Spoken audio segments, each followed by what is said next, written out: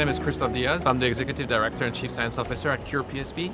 So we're based in New York City. We have 15 employees in 8 different states. And at CurePSP, we basically help patients that are diagnosed with MSA, PSP, or CBD. Those are 3 rare neurodegenerative diseases that are often misdiagnosed for Parkinson. We're trying to help patients be their own advocate.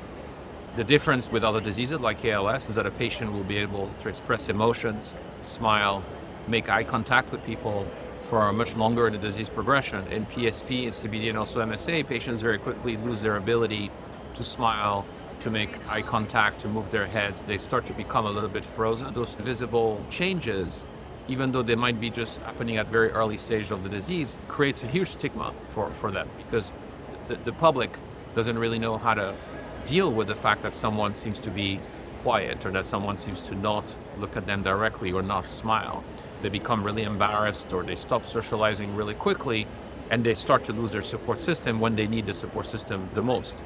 Some of the very practical things we do when we try to connect a group that is trying to learn from a patient population, we teach them that they'll need to be more patient, they'll need to plan for more time for this conversation. And so what we do, we try to educate. We have support groups for not just the caregiver, but anybody who's touched by the disease.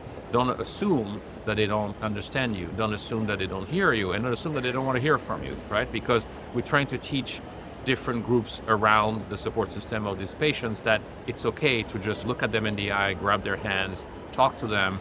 And after that, this is much more personal. It's not because they don't speak that somehow they're also completely gone inside.